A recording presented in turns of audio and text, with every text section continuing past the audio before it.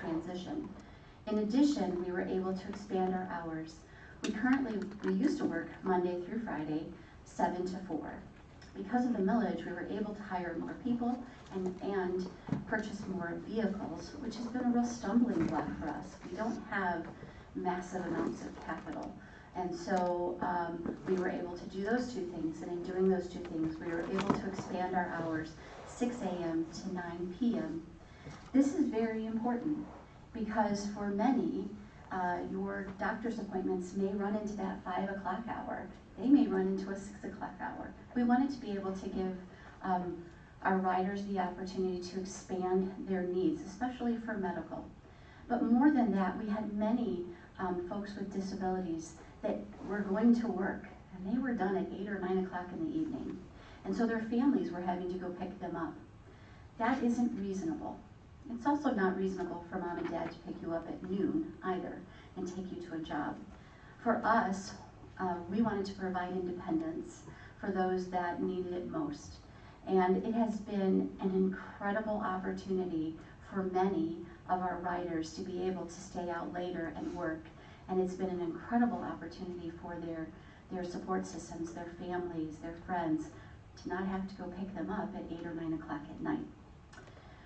WODA has, up until this point, has had a fairly large travel area.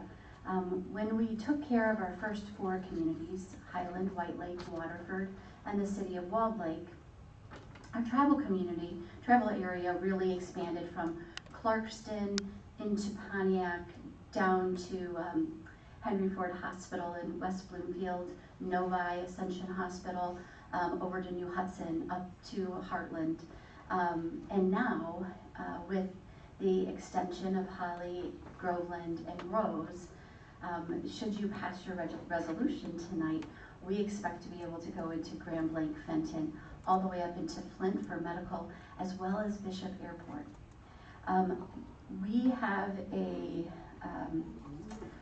We are very excited about this area, and partly because we know that the Village of Holly has done a great job with working with the resources that they have to serve the people of Holly, Rose, and Groveland. But we also know truly how it works. You have 2 vehicles, you have 2 employees. That's really not a lot to serve. WODA right now has 52 employees and 30 vehicles. I anticipate by next year we will be at 60 vehicles and 100 employees. That's my estimate. And it's exciting to me because on Monday I was up here speaking to Ms. Bigger at the Village, and I happened to stop in at the Woodlands, and I met this dear lady over here. I was at the Woodlands, and their enthusiasm for this program just reminded me of why we do what we do. These folks were hungry to be able to get out, to be independent, to get to their medical, their beloved medical facilities, to get to those places where they could just go to lunch, go to the grocery store, meet with family. WODA doesn't have any restrictions on what you can use the transportation service for. Currently, we have friends that meet and go to lunch together. We have friends that go to the greenhouse in Walled Lake. We have people who, I literally have in our destinations, Joe's friend's house, and we have their address, because they go to Joe's friend's house a lot. We had one dear lady who had a 90-year-old mother, and she would go to her mother's house and do her mother's laundry. There's no limit to how or when you ride WODA. We just ask that you stay within the general service area and within the hours that we have proposed. I would like to just give you a map. This is our service area. I want to show you what this might look like for Holly. It's a little more detailed. It's a little prettier. I didn't like that old map. It was weird looking. But what I really want to bring to your attention is, although we will be going north and going out of the county, because we know that there are a lot of resources out of the county that residents use, We also want you to know that we will be going south as well. The current WODA footprint is what we like to call WODA 1. Those areas will also be available to the residents of Holly, Groveland, and Rose, which means that if you need to go to St. Joe's and Pontiac, McLaren and Clarkston, Ascension and Novi, and anything in between, that also becomes an option for you. It is not unusual for us to pull up at a school so a grandparent can attend a concert with their grandchild. We are going to try to make it possible for people to continue not only being engaged members of the community, but also to be connected. Unfortunately, we learned during COVID the importance of transportation. It is what connects us to one another. And so we tonight have before you a resolution. That resolution basically is just us saying you're happy to use WODA as your transportation program and that you would be willing to transfer your municipal credits to WODA. This is something that you would normally do for the village of Holly. Municipal credits can only be used for transportation, and there is a significant accounting of them that must go to SMART every quarter. We just don't want those funds just to go back into a general fund that gets used for somebody that isn't Holly, or isn't Groveland, or isn't Rose. We want those monies to go right back in and be used for the residents of this community. WODA is proud to serve this area. We are proud to be a part of the Oakland County millage because we know that you've entrusted those taxpayer dollars. We want to make sure that we utilize every single dollar we can to support this community. Thank you. Anybody from the board have any questions? You said the airport, Bishop Airport is covered? Yes, sir. Okay. And then did you have more? No, all Okay. set. So first off, thank you for going to Grand Blanc Fenton because that's huge. You know, I didn't know if this was going to be cut off the county line, which would impact a lot of people. Yes. So just a couple questions I had is there going to be some kind of weighted scale, or have you looked into the employees who are currently driving for Holly if they'll be transferred over? Yes, actually, I spoke to Isabel today. The other driver has decided to retire full-time. And so he, I believe, is leaving next week or the week after. However, I've already spoken to the other employee today, and she and I are meeting next week to decide, you know, how she would like for this to look for her. As much as I would like to say, yes, you have to work for WODA, because we always need able-bodied people, I have to see if this is something she wants to do. But we have every intention of bringing her on board. Excellent.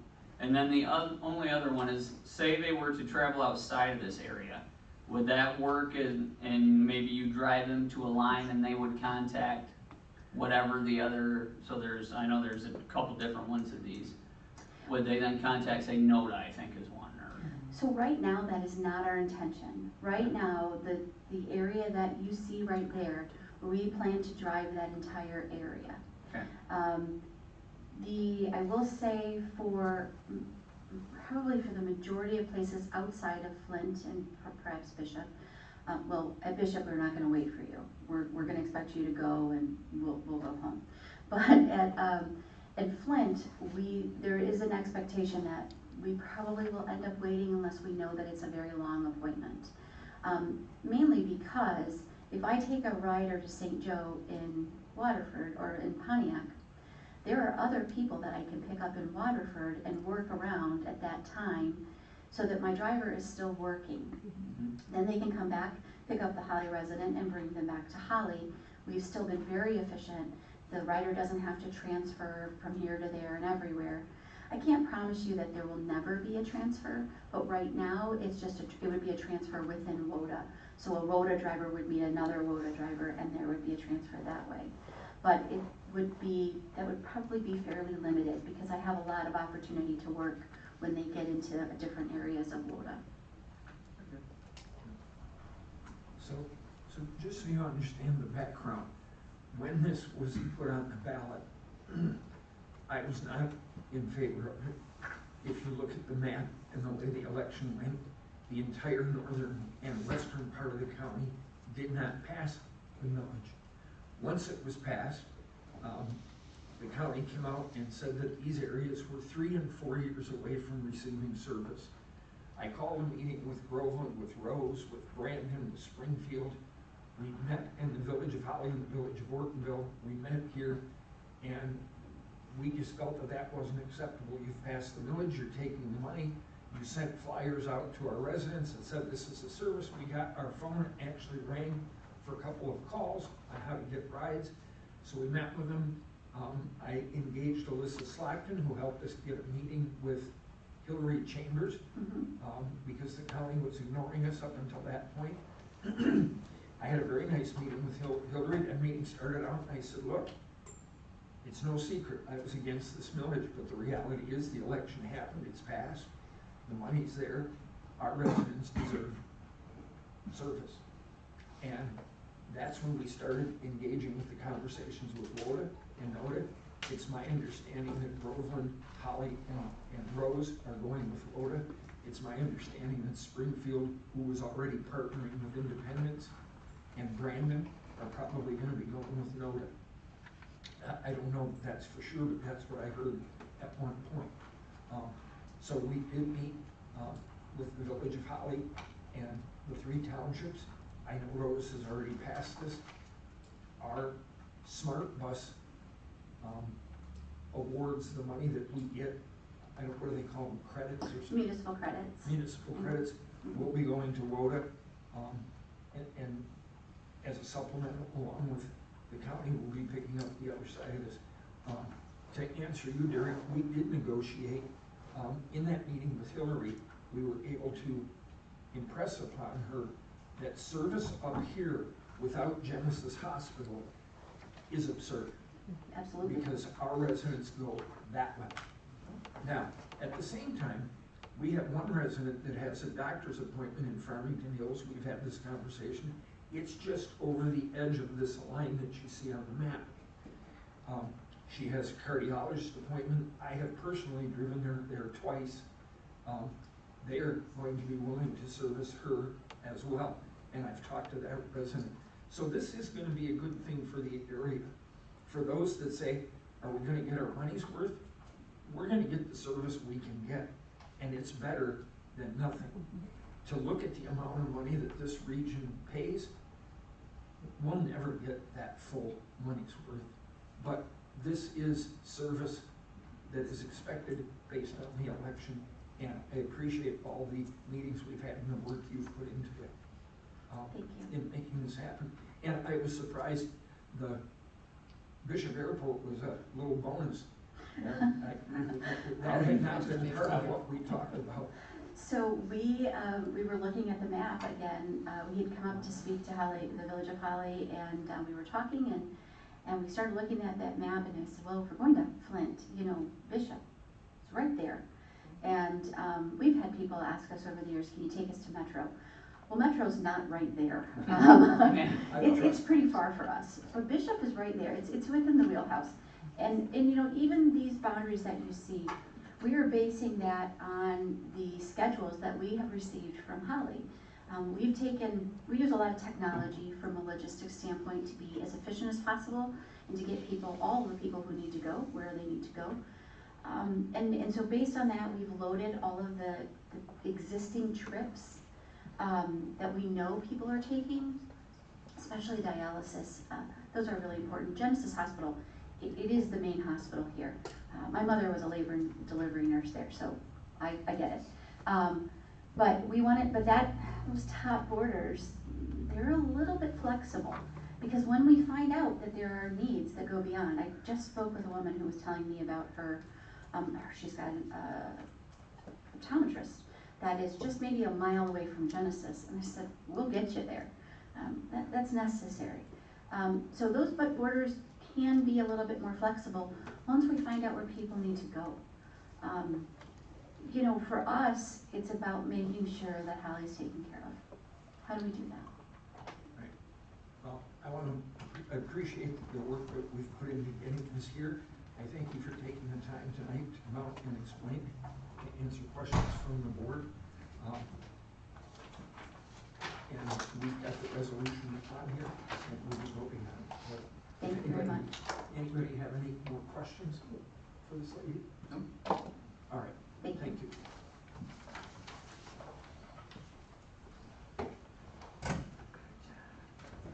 The motor transportation issue is the first item under new business.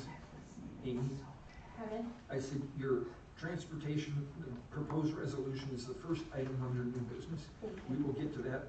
I do have a couple more things before I That's get there. fine. Just want to go. Next, Amy Hillman, Holly Township Code Enforcement. Hello, I am Amy Hillman. I am the board's code enforcement officer. I have been since 2016. I usually do not present directly to the board unless there are some pressing items going on. So my original intent was to discuss two pressing issues, but when I sat down and really looked at what I thought the board needed to be involved in and some major decisions that I need you to either address with a decision to address the wording or the verbiage of the ordinance itself, or to decide whether we're going to put money into litigating the issue itself. So I had discussed with our legal staff and with the supervisor and the zoning administrator as to what we thought the best steps for the board would be, and I had initially thought that a workshop would be the most advantageous. However, being what I'm going to be asking for, we need to be able to make decisions within that time frame. So really what I'm going to be asking for after I go through my spiel here is for you to consider planning for a special meeting in regards to specific items within code enforcement that I am dealing with that I believe need to be escalated to your level of decision making. So, and since 2020, the code enforcement workload has increased. And prior to COVID and the quarantine, we were scheduled for a zoning technical review as well as the master planning sessions. After quarantine and after we were allowed to come into person-to-person meetings, we had a change in planner. So the technical review was put off. And then actually since then, we've had 2 new planners. Now we are into the master planning, which has trumped our technical review. However, the zoning administrator and myself, as well as the planner and the attorney, have worked on specific ordinances as far as what is within our codified availability on Unicode. Some things that were not included, such as specific definitions or actual line items, specifically even within the maintenance of animals that we talk about class 3. We had planning and spent a lot of time and money on that, but then it didn't seem to meet that codification, and something that we're still working on. But more specifically, I have issues that I've been working on personally since 2016, some legally since 2019, and the documents that we have available to us show that specifically at least 2 or 3 of these we have been dealing with since '06 and beyond. So, and specific to those, and we'll talk about, for instance, a blight, and for instance, within our blight ordinance, to comply, you can have a vehicle stored outdoors on your property for up to 60 days. At that 60 days, you are to move the vehicle, which would bring you into compliance. So you could actually just move the vehicle and exchange it with another. You could move it 10 feet. And there, we don't have a specific amount delineated within how many times you are allowed to do that before we force further compliance. I have 2 specific that we have been in court with, that I've issued municipal civil infractions. I've requested a hearing before a judge at the 52nd District Court. We have went to that level and they have complied before a judgment was needed. So then we arrest the case and go forth. Then we go back to non-compliance, and then we start the communication over again, the documentation. So I start every complaint that I receive, I address it as if I'm going to take it into a court of law. I am certified in the legal aspects of code enforcement by the International Code Council. And so it's very important that we do all the documentation necessary and we do all of the research necessary to not only protect the right of the complainant, but the right of the property owner. You will find that a lot of times people can and will say whatever they want, and I have had some very interesting and very contentious neighbor disputes where you just wouldn't believe how they're treating each other or the inconveniences that they're putting before each other. So I do have at least 2, but I have actually 8 that I need to sit down and specifically inform you on and show you the process of my code enforcement, where we are now and where we need to be. So, for instance, of the 2 that have been before the 52nd District Court, if you consider the legal fees that we have extended to put that before a judge over just the last 4 years, not considering the last 9 years, it's an astronomical amount. So we need to be able to make decisions moving forward as to how we're going to permanently address these violators. And then actually how we can reformulate our ordinance in order to ensure that these types of situations don't continue to occur, and then that we don't continue to spend tax dollars on the same problem over and over again year after year. With the zoning ordinance technical review, that was intended to look at the code of ordinances entirely, the general and the zoning. There are 2 separate. So the zoning ordinances are chapter 32, which goes through all of our zoning tenants, AGRE, R1, but the general code of ordinances, like our blight, our noise, our maintenance of animals, those are within our general ordinance and probably a lot easier to address at the legal level than it would be at the planning level. So in 2017 to 2018, we spent an exorbitant amount of time on our sign ordinance to the tune of thousands of dollars. And that ordinance actually, in my opinion, still needs work. And I do a lot with that, as well as noise. Actually, the most incredibly difficult ordinance to enforce. Noise is very hard to document and very hard to enforce. Noxious weeds, I would like to be able to address that even further and put more definition with that. And what you will find is if you were to take a hard look, as the zoning technical review was to do, we are lacking within our definitions that makes it easy for the average resident to navigate through our ordinance and make sure that they have a clear understanding of what we're actually talking about. I believe that we have a solid code of ordinances. I believe that we have some violators that are not going to comply without a judgment. And I would like to be able to sit down and explain to you the difference between obtaining a judgment within this 52nd District Court and elevating this to a litigation using our legal team and the circuit court level. There is a distinct difference, and there is a difference as far as the expense that it will be to the taxpayer for that. That's why I think that it would be behoove us to address the ordinance within itself, its ability for enforcement, its relevance to the current situation and our current community. Like our original blight ordinance was crafted in 1983. So I believe that there are some tenants in there that no longer apply, maybe some that need further explanation and further definition. There are also, being that part of those 8 specific that I would like to talk to you about are already within litigation. Like I had spoken of the 2 blight issues that I've been fighting in court for the last 4 years now. Those are going to continue, and as far as I know, there is no end in sight for those. But those will also have to be spoken in closed session, being that it is within litigation, so to protect the anonymity and the the attorney-client privilege, I do believe that a special meeting is more appropriate than a workshop would be. I will need you to make some decisions. We will need to have some sit down and some Q&A and involvement from the public on where to go from here on those.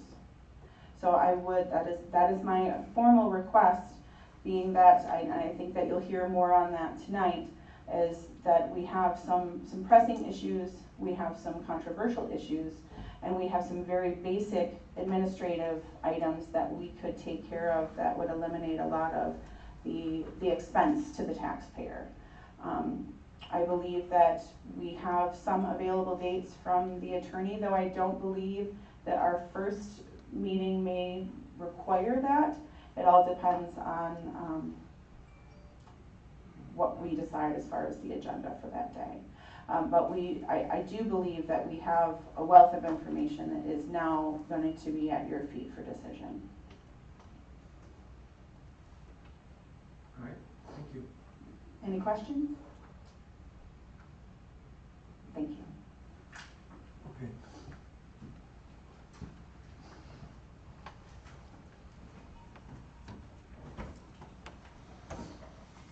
That will take us to reports.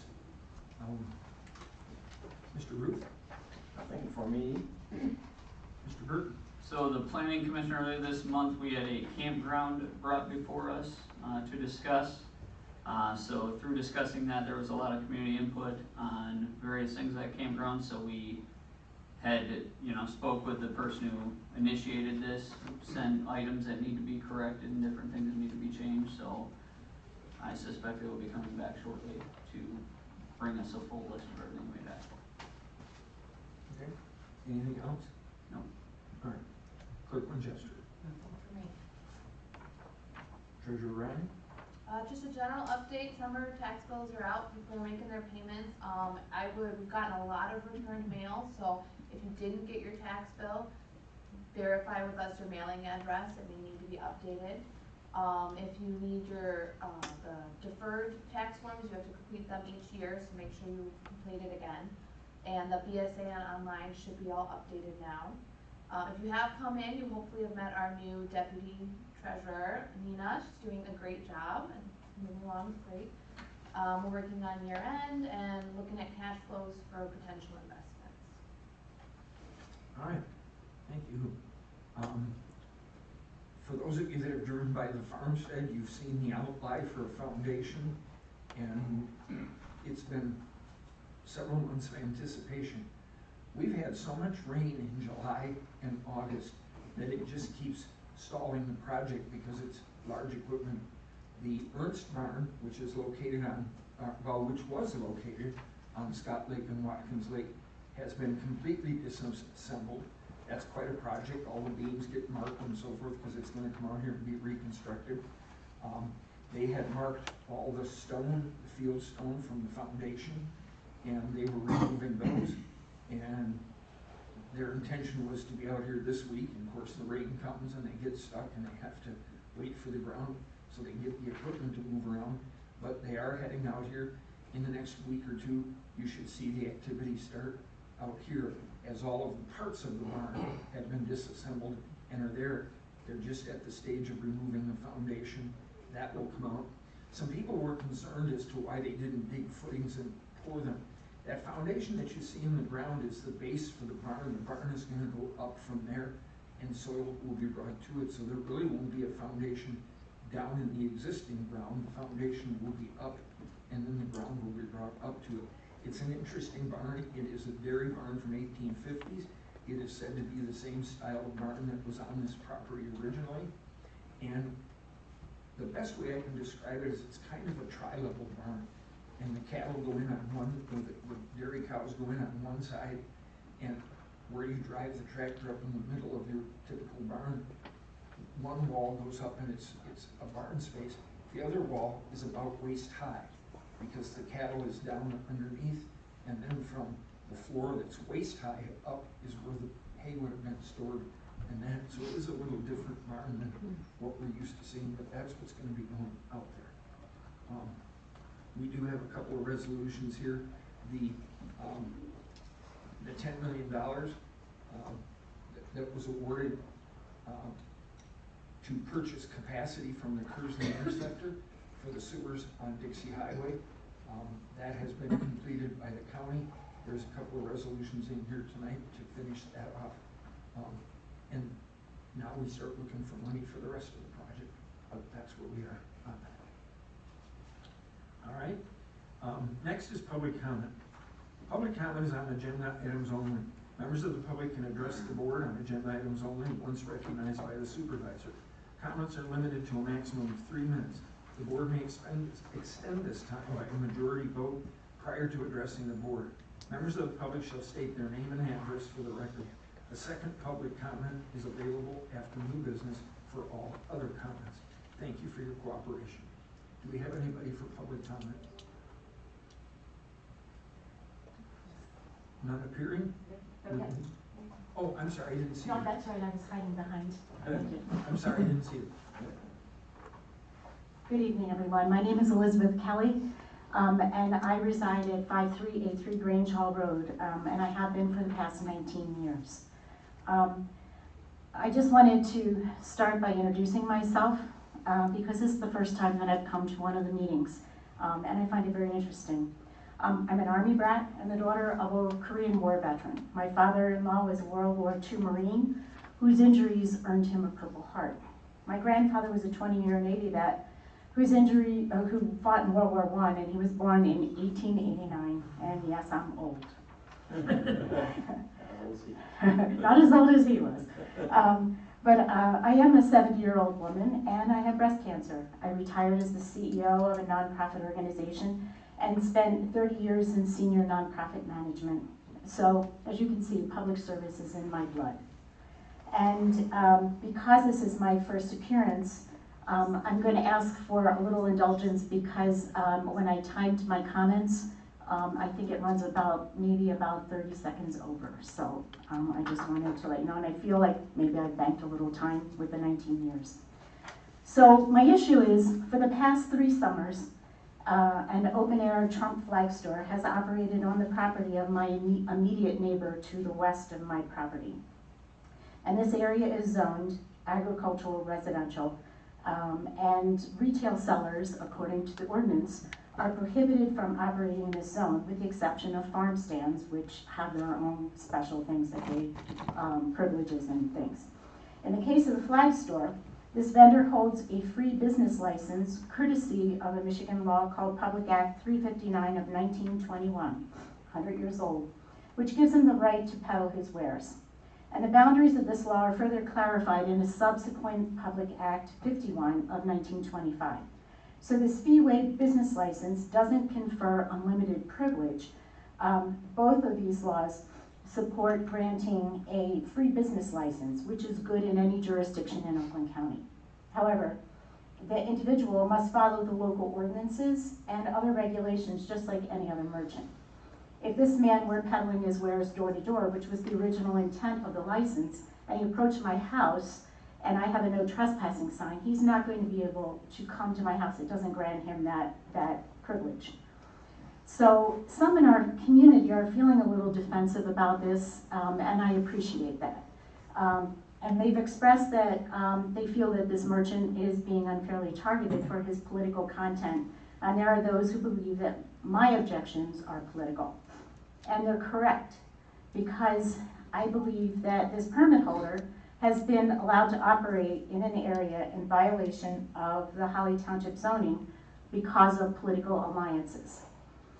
And despite having received opinions from Holly Township Attorney Joellen Shortley for not one, but 2 different opinions, which stated, and I'm going to quote, "The township may not require a permit or fee for a validly licensed veteran under Public Act 359 of 1921 to sell his goods. However, the township may otherwise enforce applicable ordinances that otherwise regulate the conditions relating to the sales." In other words, you can regulate it based on whether the individual is violating. You can take sanctions on somebody violating an ordinance. I have met with Mr. Koulis and Ms. Winchester, and they characterize this as a free speech issue. But it's really about zoning. And it's about the fact is that there is a store that's operating in an area where that's not allowed. So in 2021, the first year the flag seller operated, the supervisor and clerk did not, they continued to allow them and the zoning was not enforced. And the opinion was the same in July of 2023 when a second opinion was stated. And the only exception was that this particular, there was a case law that said that additionally a township has to make sure that they actually have zoning that's appropriate for the individual to operate in. And we do have areas which are zoned for stores in Holly Township. But what I was told was 2 Holly Township properties are under consideration for this flag seller to move to. One is the Holly Heritage Farm, and the other is Oak Hill Cemetery, which has like 12 pages of ordinances governing the cemetery environment. And so to use taxpayer property for partisan political sales is actually seen as a Campaign Finance Act violation and a misuse of public resources for political activity, given the nature of the wares being sold. There are appropriately zoned places in the township, as I've already mentioned, where this individual can legally operate and sell his wares. I fully support his ability to do that. But there also is decorum that has to be upheld that doesn't include the public display of a flag with the F word on it, or racially or ethnically charged Confederate flags, and other such stuff that can be seen as dog whistles. And the business license holder also is obligated to follow all state laws. So Act 343 of 1984, the Obscene Material Act, would apply when it comes to the F word. And that is a problem I've heard from a lot of our neighbors who really are upset because their little children are being exposed to that. And the Michigan Penal Code Act 328 of 1931 prohibits ethnic and racial intimidation. And of course, there are the Elliott Larson civil rights laws that further protect against intimidation. And when a Confederate flag is flying, that's intimidating to individuals that live and are residents of our community.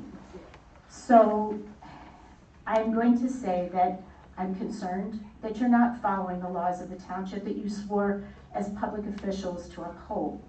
And so I'm saying there's been an ongoing and systematic refusal to address citizens' complaints about this, and instead we get told it's free speech, but it's not.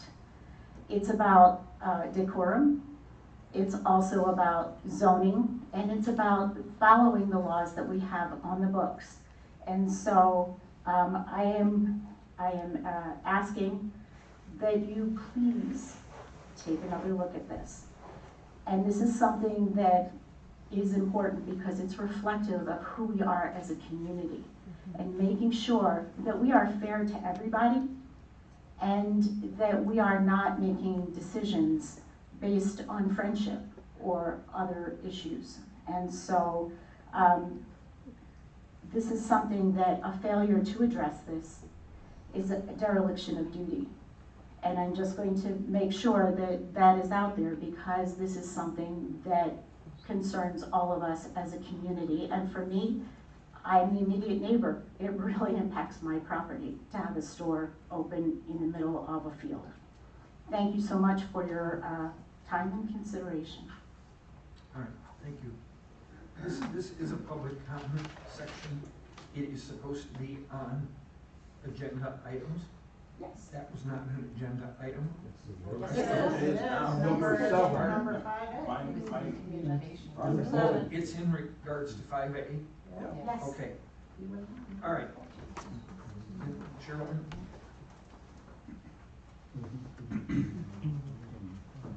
I'm Sherilyn Everly from 314 Hadley Street, and I'm going to speak on the same subject. Appears to me that we've spent nearly 3 years not doing what your legal counsel said you could, enforce the township zoning ordinances. Despite weekly, if not daily, complaints from citizens about the flag man on the corner of Brood Road and Grange Hall Road, despite having the illegal authority to do it, despite your oath of office, you have figured out how to ditch an uncomfortable situation by searching for one slim thread to hang on. Just do whatever you are obligated to do. Ticket or fine the vendor who is operating a store in an agricultural residential zone, and ticket and fine the landowner. And do it until he moves. And what if he files a lawsuit? What if he doesn't? I don't have a crystal ball. I don't think you do either. Do your job. And if anyone here has a piece of property zoned commercial that they'd like to share with him, please, by all means, I encourage you to do that. I still won't like it, but I'll keep my mouth shut. Thank you. Anyone else for public comment? Jim?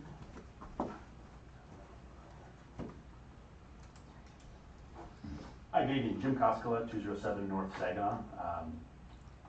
I came into the office, the township office. I talked to the clerk regarding the expedited foreclosure act, and I had a concern with that. I had been doing a little bit of research on it, and I hadn't heard of it until I saw it in the agenda item.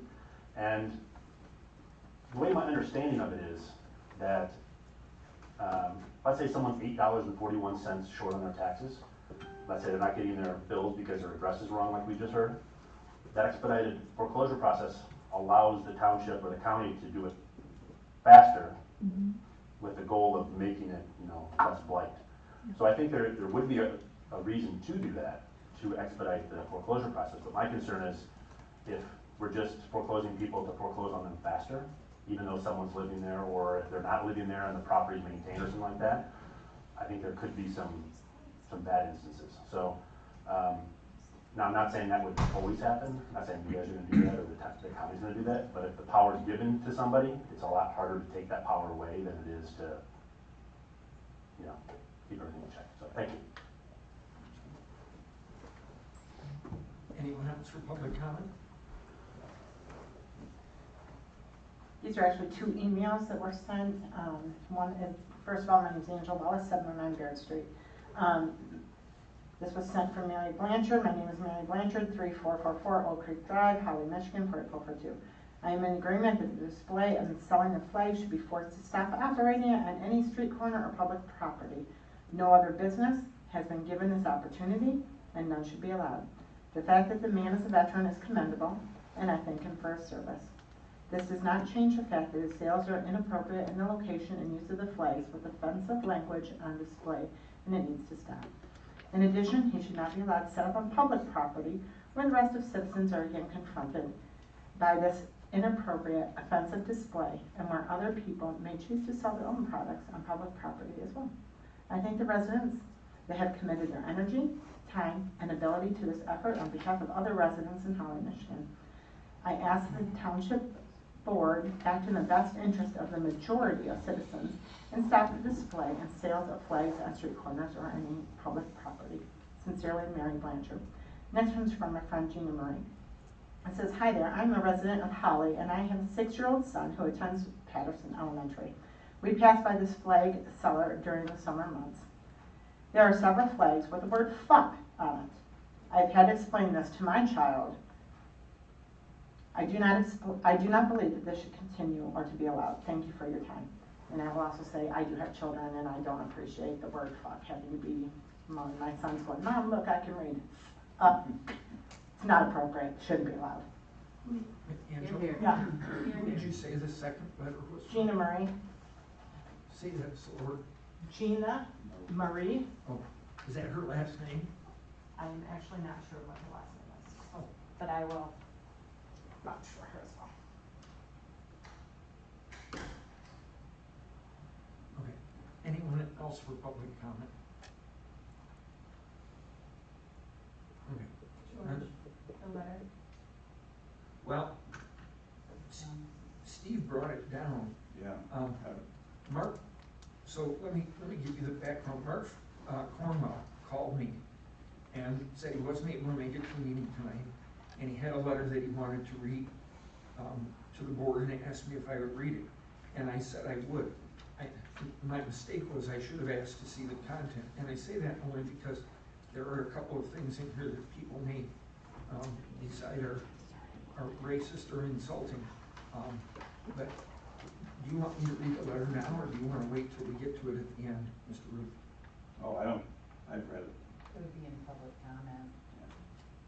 Read it now in public, okay. I'll read it now because that was my intent, but once Steve pulled it down, I thought maybe he wanted to. It's dated July 25th. Dear Township Board members, as a prior trustee and longtime planning commissioner, I'm very disappointed to think of all the work that went into crafting ordinances to protect our community from helter-skelter, free-for-all activities like the obscene flag hawker on Grange Hall has been neglected. Why bother having any ordinances if there's no enforcement on those rules and regulations already in place? Have you now set a precedent for anyone to set up shop along any business thoroughfare in Holly Township, displaying and selling whatever they want in total disregard for community standards that all other business enterprises are required to follow? Frankly, I am embarrassed at the vulgar image we have allowed in a very prominent location in Holly Township. It's quite a welcome sign. Now, just imagine that others see this as a green light for them to set up any kind of quasi-business hawking paraphernalia that is equally offensive. Oops, sorry.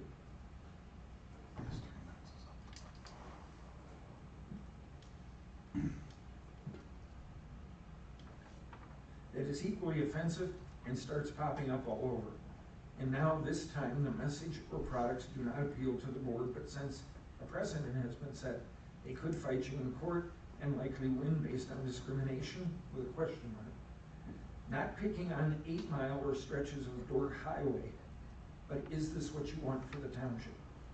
I was told by the code enforcement officer that according to the township attorney's opinion, there was nothing that could be done about this eyesore.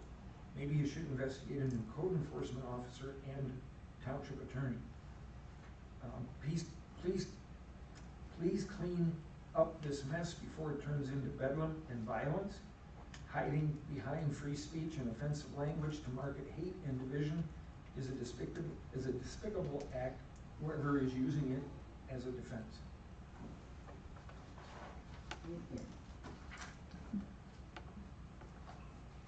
Anyone else for public comment?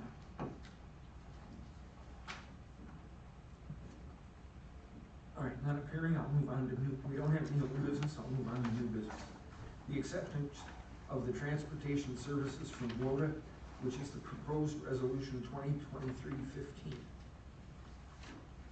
Make a motion to approve the resolution 2023-15 to accept transportation services from Western Oakland Transportation Authority.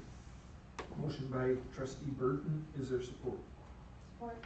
Support by treasurer Ryan. Any further discussion on the resolution? None appearing, can we have a roll call vote, please? Clerk Winchester, Yes. Treasurer Ryan, Yes. Trustee Burton, Yes. Trustee Ruth, No. Supervisor Collins. Yes. Motion carries 4-1.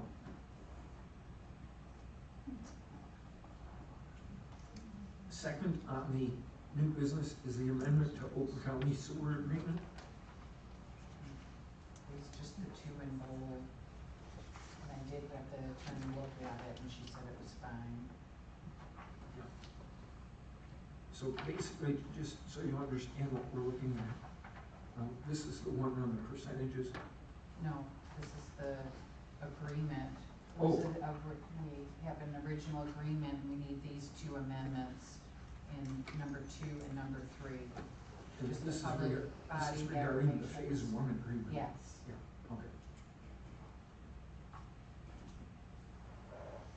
I would move to approve the amendment to the Oakland County Sewer Agreement. Motion by Winchester, is there support? Support. Support by Burton. Is there any further discussion? So this is just wording changes, legal stuff? Yeah, just, Mhm, yeah. just what's in bold and underlined. Okay. Because, is it require a signature? Yes. Okay, then we'll do a roll call vote.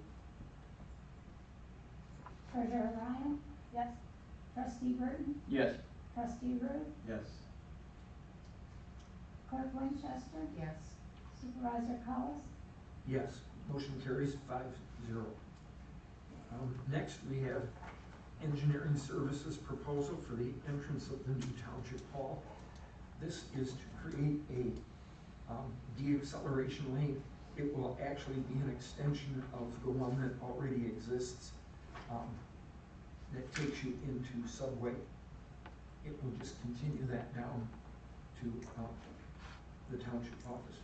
And it's my understanding there won't be an acceleration lane going east because of the railroad tracks. Because of the distance between the railroad track and the entrance, there won't be one there. So,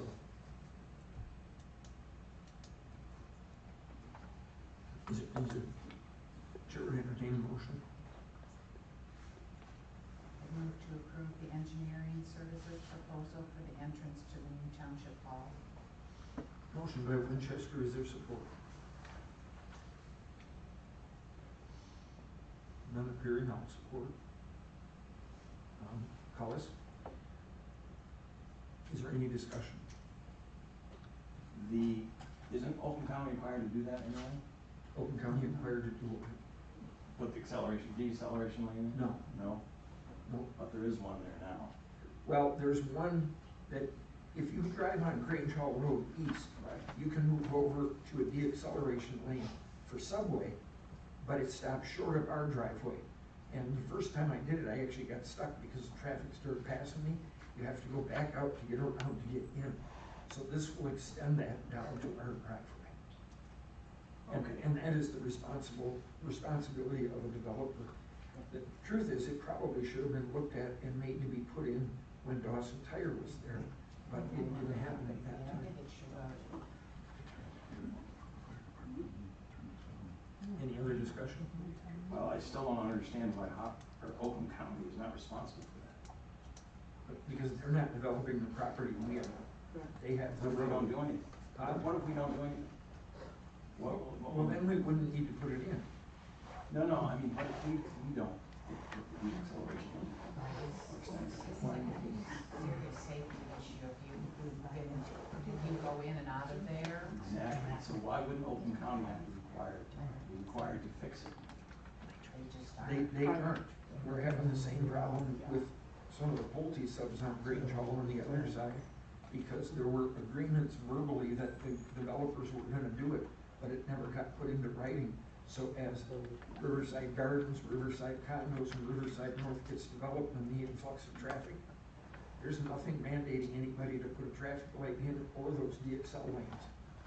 And the county doesn't have to make that move.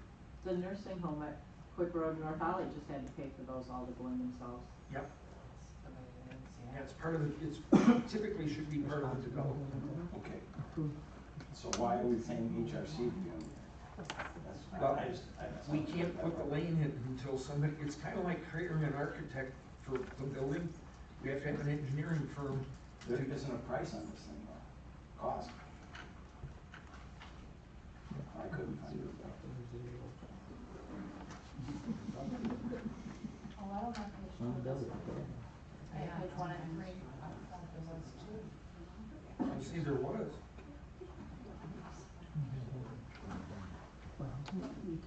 Is that page 2, because I think I had page 2. No. that's page 2. Oh, that's it. Three. We had that same issue. Do you not have it? No, it's missing page 2. I can see if it's on me. I have it. You have all the right ones. I just copied them. Something's wrong with our printer, or our copier, obviously. When Karen prints these agendas, she prints 5 Of the same, of the same agenda. And for some reason, you guys don't have the backs of the pages, but I do. you must have had the original packet that I made the copies off of. That might be it. But some of them are two-sided. Okay, move some of on. them are So here, How much is it? let me help you out. It is HRC will work with the Road Commission for Oakland County to obtain the necessary permits. Road Commission, one meeting with the Road Commission and the Road Commission permit, a right-of-way survey. It includes plans and specifications, along with permitting and project management. Its estimated schedule is about 12 weeks. It is a total cost of $19,500.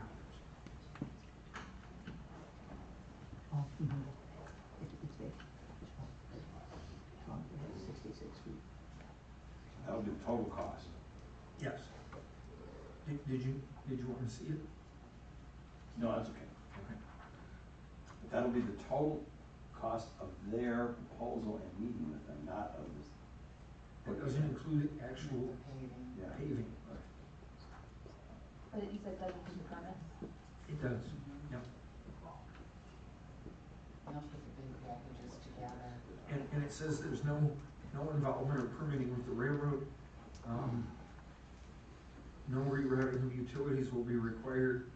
No permits will be required by the village of Holly. Would we get reimbursed by Holly, if they move, Village of Holly, if they move in?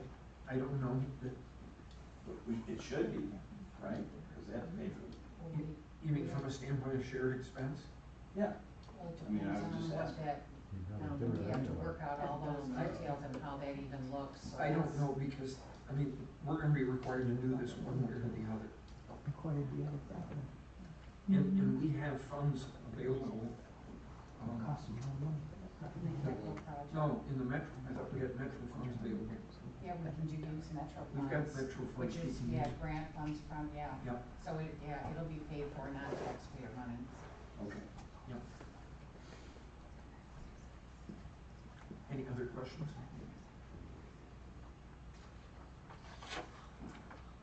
I guess the only other question I have is, once we get this done, it is the requirement, or there's gonna be nothing, I know they're gonna be working with Oakland County, there's no possibility they will deny us putting a deceleration lane in, cause they'll be working with them, it sounds like, Right. from the beginning. Yep. Okay.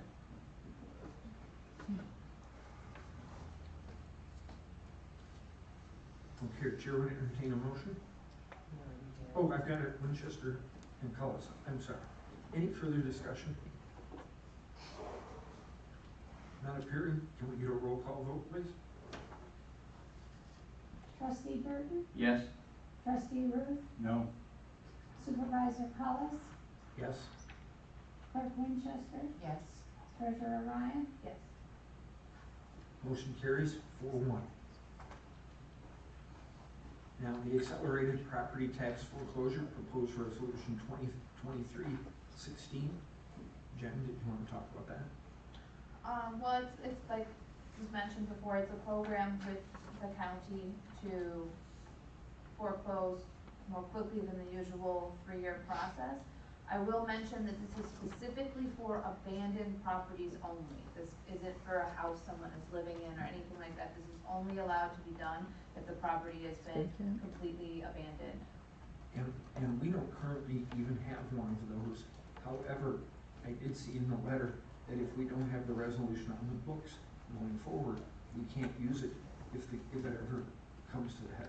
And typical foreclosure on stuff like that normally takes 3 years. So that building that they're referencing in here would become a public safety issue as well. I think that, that is a concern about abuse of, of something like that. We could probably say, now be it further resolved that approval would be required by the township board before we use this function. Accelerated tax. Yes. And then at least you have the ability to look at the property, get public input, and then you have 5 people that agree. And honestly too, I mean, although it says accelerated, it's still 2 years. Yeah. These individuals Yes. have. So I mean, it's still a fair amount of time, so it's not like accelerated to a month, it's, Yeah. they still 2 years to take care of that, so.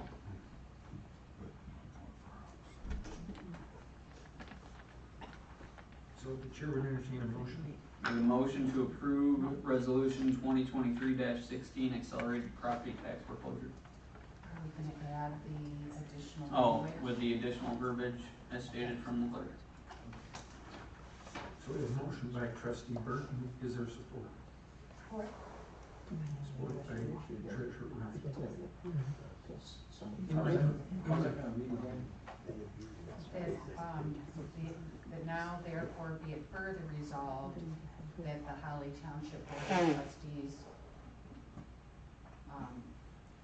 has to approve the acceleration. Okay.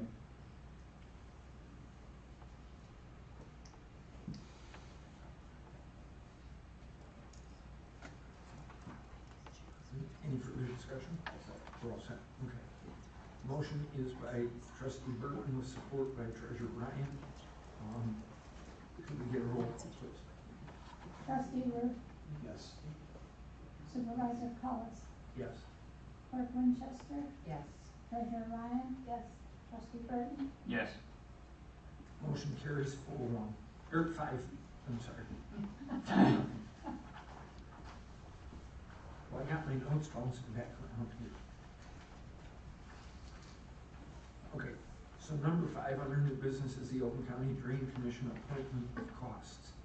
This was the other one I was talking in regards to the sewer program. State law says that they have to file the papers that were worked on by the planner and the engineer that divided up the costs for the future of this project. Those costs are divided between Holly Township, Groveland Township, Brandon, and the city of Ortonville. And the percentages are determined based on ERUs, is that the right? Oh, the units. Yeah. RUs. REUs, thank you. Mhm. There's too many acronyms flying around. REUs. And this was what was determined through the planner and at the hearing. Chair would entertain a motion.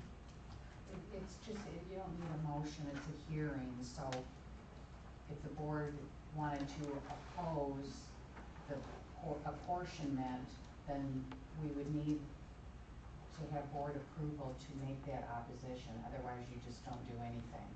It's like a public hearing, you're going for a public hearing. So as a Should we taxpayer. have put it under public hearing? No. It just Here, was a have vote. the county's public hearing that we, as the unit of government and the residents, have a right to oppose this apportionment. Holly could say, no, we don't agree that it should be 29.2%, and you oppose it, and then they start back at square one. Okay, so this was just an acknowledgement, but we don't have, no action taken. No, it was in case you felt that you wanted to oppose it. So my question, I guess would be, a basic question, what is an RU? Residential equivalent unit, I think it's based on meter size. So like, How many units you would need to yeah, service so the your average properties. house might have like a 1-inch meter, but then, a big industrial complex has like a much larger meter size, so they have more units, they usually get billed higher fixed rates because of that. I do have a concern though, because if the answer's not here, is was this apportionment decided before Shannon put their own sewer in? That's a fair question. And if, Because I know at one point Shannon had held off to be part of this program. correct, so So we may want if they have included it, then would the board want us to oppose it so that they reapportion to, it? no, I think that's a fair question because I know that Shannon was part of the project from in the beginning. Okay, so. Once Shannon moved yeah. on with theirs, I don't know if Road took them off the list. So that would be a fair question to ask. Well, I'd like to make a motion that, the supervisor gets the documentation of whether Shannon's included or not included, and if they are included, then we would oppose in writing to Oakland County of the apportionment. Support?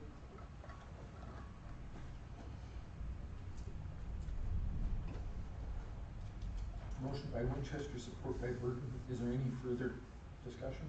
Yeah, so, not knowing how this works, obviously, we're only 25% of that, so if they're not willing, these other 3 communities, because obviously that would then raise theirs, if they're not willing to say, yeah, that's fine, let Holly do that, then are we stuck with this? No. No, I The- think the way it's It's different for each community based on usage. And this was determined on the property that we have, the zoning, and we have the future use. For Ortonville is the village, it's the smaller region. For Brandon, the township, they have a couple larger areas. So the percentages change and they differ. Groveland Township, 1/2 of Dixie Highway for Groveland Township is DNR property and parkland.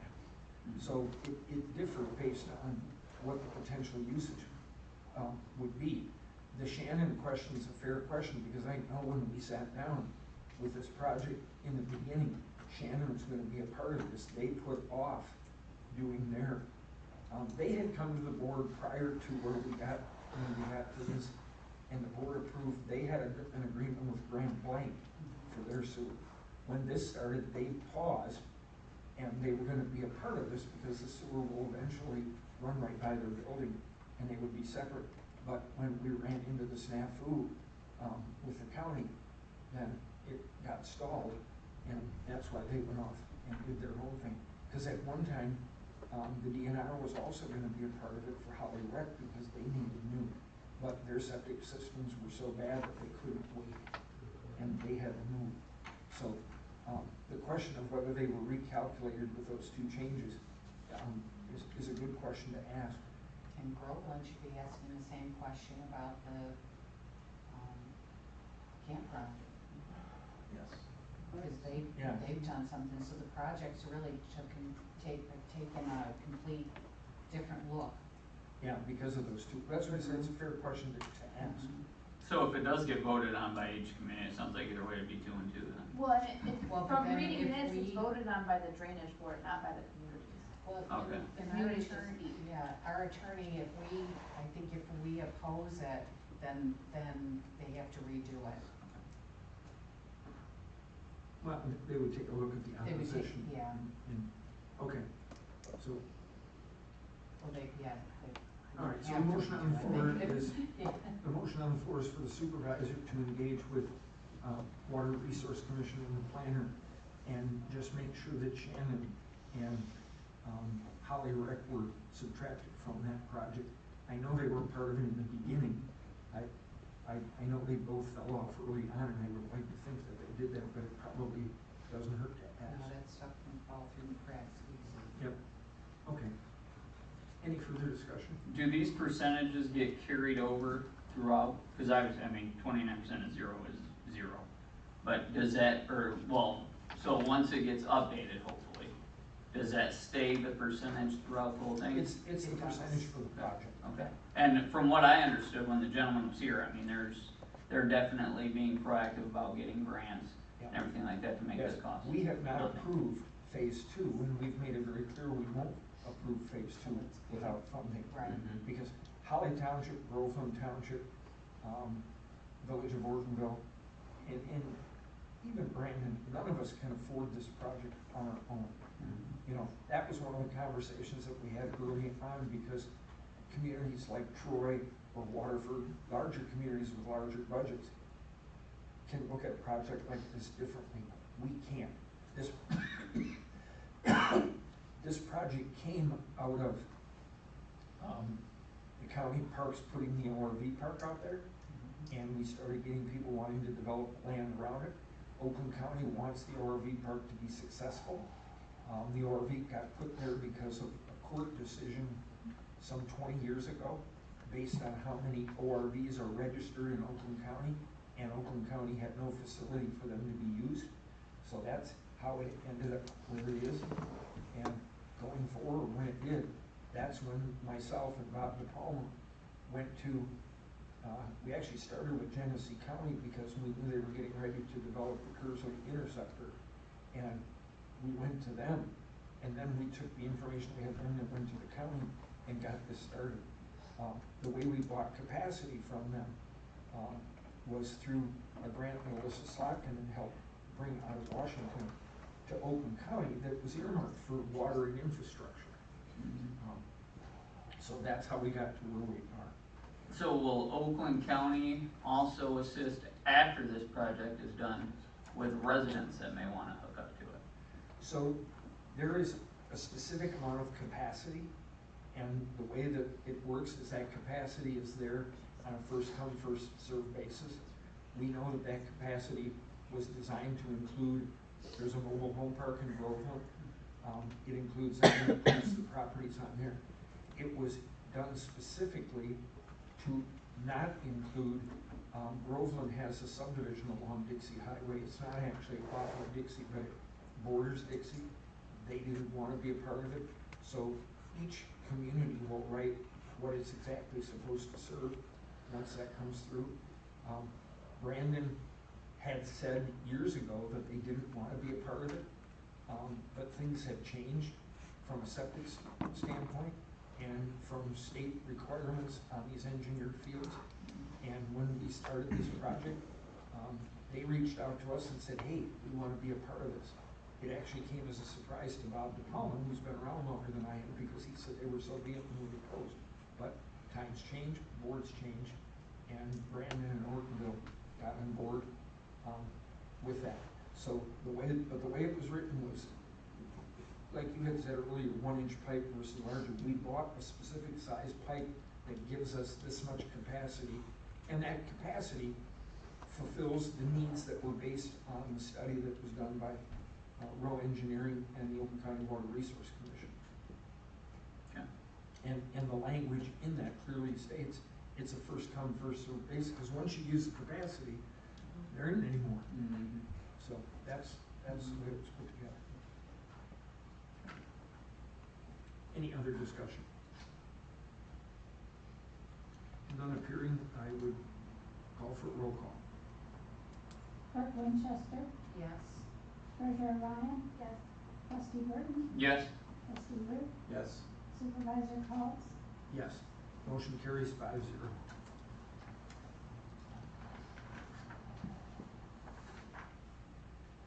Oakland County Drain Commission apportionment of costs, we just did. Number 6, opt into the National Opioid Litigation Settlement with Walgreens, proposed resolution 2023-17. Did you want to explain part of that? This is so that we can, well, there's been lawsuits, so Right. our communities get a portion of that lawsuit, and then we are to give back to the community for, Right. When I got us involved in this, that lawsuit was specific to communities of 10,000 people or more. And we filed and got involved in the meeting. I think we've already received one check, haven't we, on that for a couple $1,000. we have to talk to you about that so we can distribute that. Yeah. And so that's what this resolution does. So do we have a plan then on what we're doing with this, once we receive it, or? Yeah, to go to NACFA. Okay. For like EMT service? Yep. It's not a lot of money because we are a small township. Rose Township didn't qualify because they didn't have enough, but we qualified. And like we said, we'll just give that money. It was, what, $1,000 so far? Definitely, it was over 1,000, but less Was than it? 2. Okay. Yeah, somewhere there. I think the total amount based, it's kind of a odd, the lawsuit has different parts, so there's money coming from different. I think at one point, I got one letter that said there was about between 7,000 and 8,000 total that we could possibly qualify for. So it's been an amazing amount of paperwork they've sent. Document after document that we've had to fill out and resubmit as the process goes on. And this is just one more. Yeah, cause maybe another thing we could possibly partner with Knock on is getting Narcan kits put in our office. Yes, Yeah, that that's is true. one of the Oh, things. is I think that- we do We have have, I some. brought. Oh, do Yeah, they? in- Okay. Yeah. Alright. Okay, so the chair would entertain a motion for resolution 2023-17. Make a motion to approve proposed resolution 2023-17 opting to the National Opioid Litigation Settlement with Walgreens. Is there support? Support. Motion by trustee Burton with support by clerk Winchester. Any further discussion? Roll call, please. Treasurer Ryan? Yes. Trustee Burton? Yes? Trustee Root? No, Supervisor Collis? Yes. Clerk Winchester? Yes. Motion carries 4-1. Now we go to number 7, which is 5A that was pulled out from consent agenda regarding the letter from Mr. Ruth. right, I noticed that the copy of the Act 359 of 1921 was included. Does that wipe out the letter? Is that, No. no? And we'll talk more about it in the workshop. Okay. I just wanted you to understand what what it was all about. He has been verified as a true veteran. Yes. I mean, it looks to me that it's pretty clear, but, And his permit is granted by Oakland County. But we'll be talking more Okay. in our special meeting. okay. Is that something that we wanna set right now? Well, I thought so. So I had a conversation, Lisa's the township attorney, I had a conversation with her. She gave me dates that we couldn't fill in, first and second every Monday night. These are nights she wasn't available. So I went ahead and I contacted everybody and I got everybody agreed on one date, which was the 5th Wednesday of the month. And when I called her and I said, we landed on it, she said, oh, she said, I'm sorry, I can't do that night. So, because of something else she had. So I gotta go back to square one and find out the dates, and at that time, she was in her car and couldn't get to her Then calendar. we'll notice it as soon as So we we'll know have the to date, schedule yeah. that. It's tricky when you try to make these special meetings, cause I gotta get 5 board members that are all available. And then I gotta get legal counsel that's available. And I made those phone calls today, I talked to trustee Burke and trustee Ruth, and I thought I had everybody on the right page. And then Lisa said, I'm sorry, I can't. I said, We "Yes, already been able to the 5th expedite that and Wednesday." make it as soon as possible. Pardon? Yeah. Because we are did. trying to expedite that. Right. Okay. Anything else? So we're gonna need it, well, that's just a communication, so we Yeah, don't need a motion. motion. We're gonna take care of it. Okay. So that will bring us to the closing public comment. Anyone for public comment? I saw Mr. Clark's hand go first. I'll start with Jim.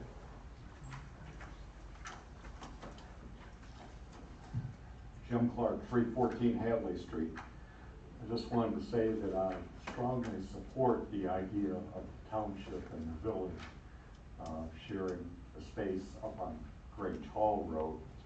I've heard George say that the township could finance the build-out for the village. I've heard that a couple times. I've also heard George say that there are other communities that have done similar things based on a handshake. I would just like to tell you that I believe the village is going to make a decision possibly yet this month or at their next meeting. And I think there should be something on paper about that. There's certainly many, many details to be worked out, but the first step is to get the village council to agree to move forward with it. Then you deal with the other problems. But please, put it on paper and make it a little easier for the village council to accept it. Thank you. Okay.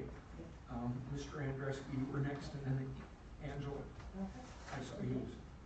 That's kind of the order I saw the hands go. Martin Andreski, 2105 Middle Ridge Drive in the Riverside North 5A development. I come tonight to ask the board for their support and some action. This is the 5th summer that I've been a resident of Holly Township and a taxpayer. In 2019, when I moved into Riverside North,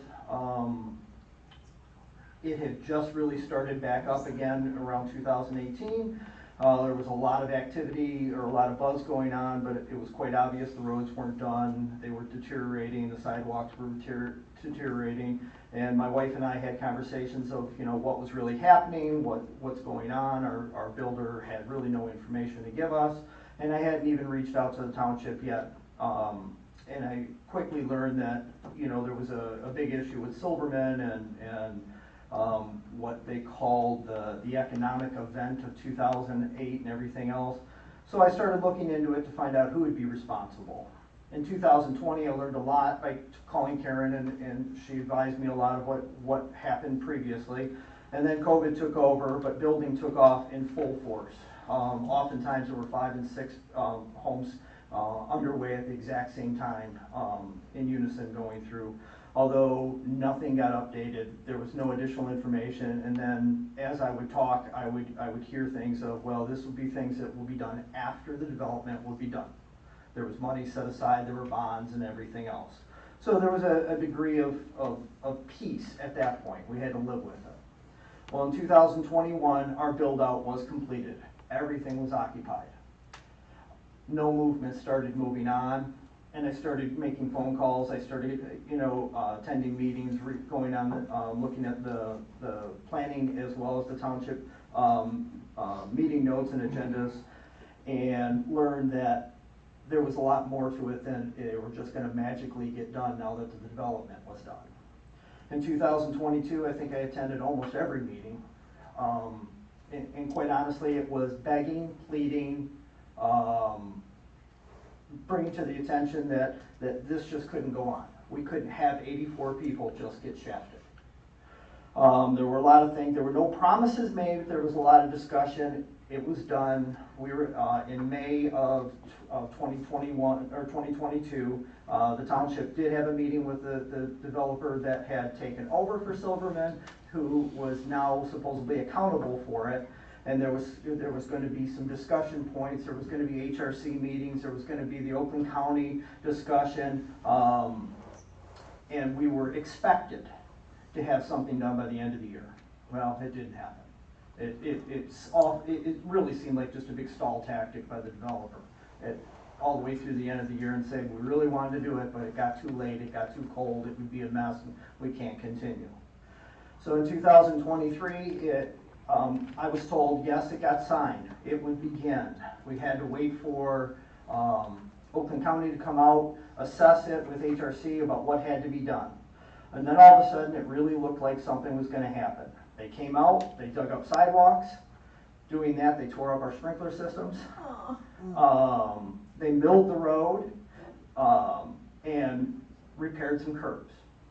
We were told initially it would be about a 2-week lag, and then they would come out and they would start making the repairs to the base coat, and then we'd get our 2 lifts.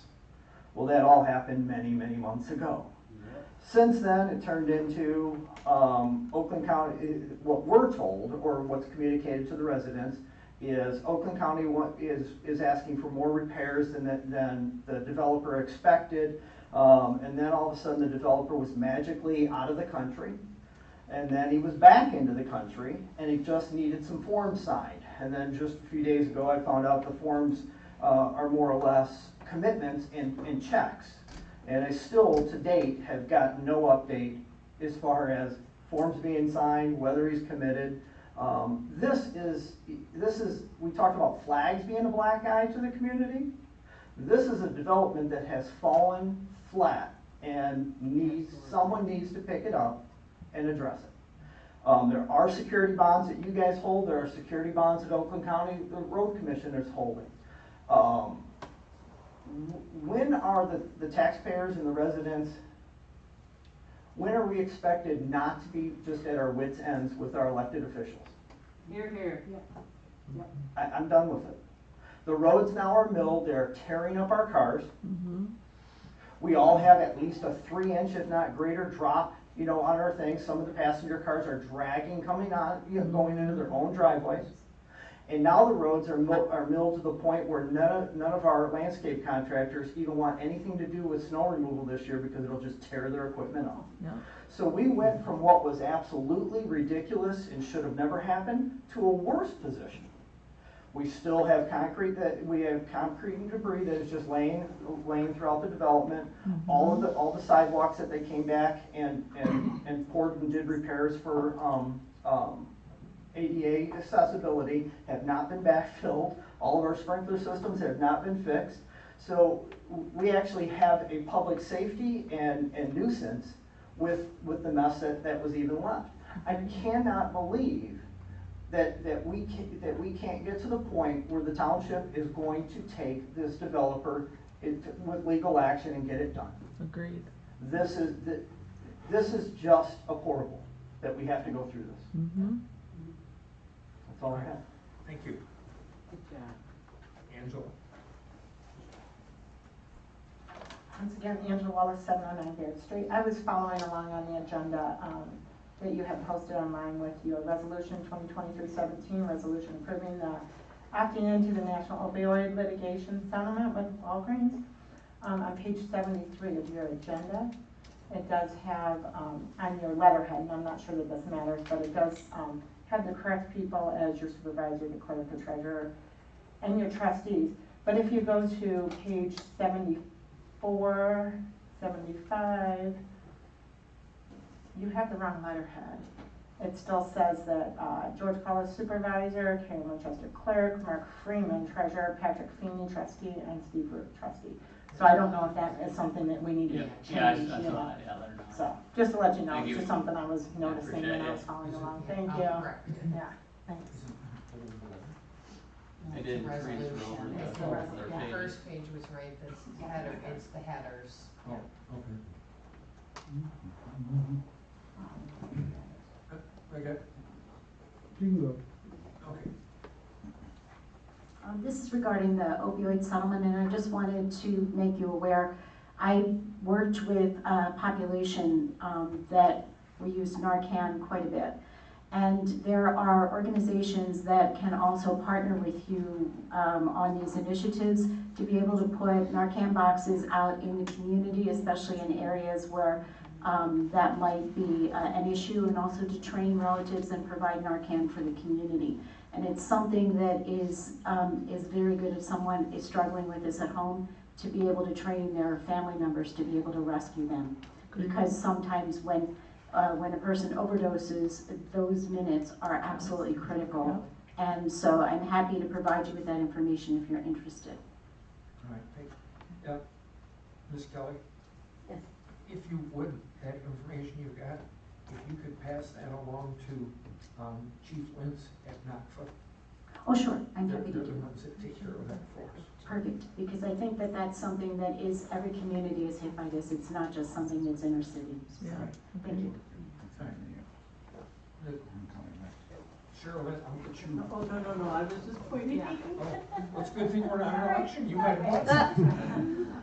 I was just pointing to the subdivision at the end of College Street. I know it's Rose Township, but that would, or Cog Show, that would be a good place for a Narcan station.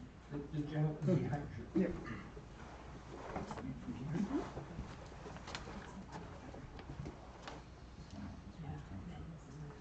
David Gillespie, 6359 Laring Road.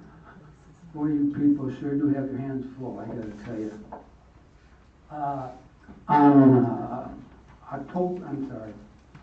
June 27th of last year, I talked to you, George, and Amy. Is my problem with the gravel pit going to be on this code enforcement? That is with zoning administration.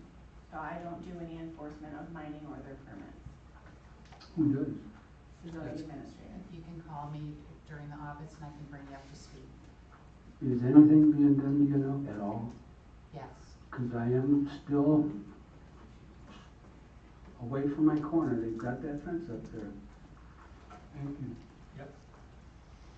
Yeah, I don't think that's gonna lose the house. No.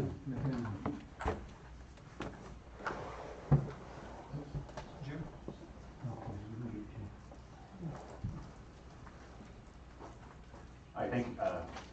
Coskela, 207 North Saginaw. My family and I we've lived here for about 2 years now, and this is the first township meeting I've gone to. When we moved into the village, I was like, well, the township really doesn't affect me all that much. I'll just be involved with the village stuff. So that's what I've done. I got appointed to actually quite a few of us here, members of the planning commission. I was appointed to the planning commission. I'm the second vice commander now of the Holly American Legion, as well as a trustee over at the VFW. All that's to say, I think I stay pretty up to date on what happens around the township or the village in particular. Whether that's emails that we get from the village, and they have a nice system, which I think you guys are on the same system for them. So if you wanted to do emails, I think you could do the emails the same way the village does. Or even Facebook posts that the township would maybe, we can go through and look there. However, the one area I think is lacking is the process of special meeting notification. So there, in particular, the past 2 land deals that happened in the township here, both of them happened at about 3 in the afternoon. And if you listen to Bob Hoffman speak, he says the only reason that it happens in 3 in the afternoon is because you don't want people to come. So I'm not saying that's the reason why. I don't think people inherently bad are trying to pull things over, but if that's the impression people get, I think that could be a problem. Additionally, with that notification, so I'll just relay it for the audience. How the notifications have to be made per state law is 18 hours ahead of time. You have to say, we're having a special meeting. So 18 hours ahead of time, they post a notification, they being the clerk, who I've had great conversations with. And for the township, that's a website. So if we don't go to that website each day and hit refresh, we're gonna miss a notification, because right now I don't believe there's any emails being sent out for special meetings, nor are there any Facebook posts that are being sent out for special meetings. Where township meetings like this, there is, I don't know about today, but previous months I had looked, there were. So there's no reason I don't think we couldn't start pushing more information out, saying, hey, there's a special meeting coming up, come out and provide information if you wanted to. So to that end, I hope you guys would do something, but if you don't, I've set up it scrapes the website every couple hours, and if it detects any changes, it posts a message to Facebook saying you guys have made a change, look out for a special meeting. So hopefully, I don't need that, but if there is no notifications, it will be posted on Facebook when a special meeting, well, hopefully, we'll see when you guys do the next one, if it works. So, thank you. All right. Anyone else for public comment? If I have my hand over here, we're all good? Okay. We don't typically engage in public comment, debate-wise or conversation. Sometimes we do. I did want to respond to Jim Clark. When you asked about something put in writing, it has been done. Thank you. The township submitted questions that they had, and I answered them. You can get a copy of that through our office.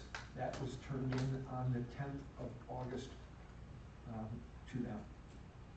And it was all made, I think, pretty clear. To that, if you go to the village council meeting back in May, or if you go to the special committee meeting they had, I made a presentation and talked about it both times. I've gone back and looked at what I said, because I've been accused of saying a whole lot of stuff I didn't say.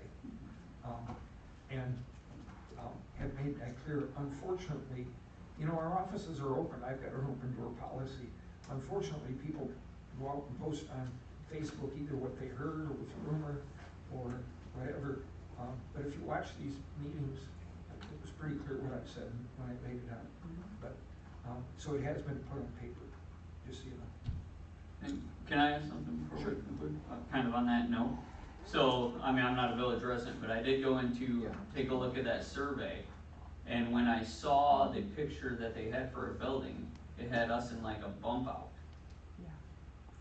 There was like a bump out addition to that building which said township on it.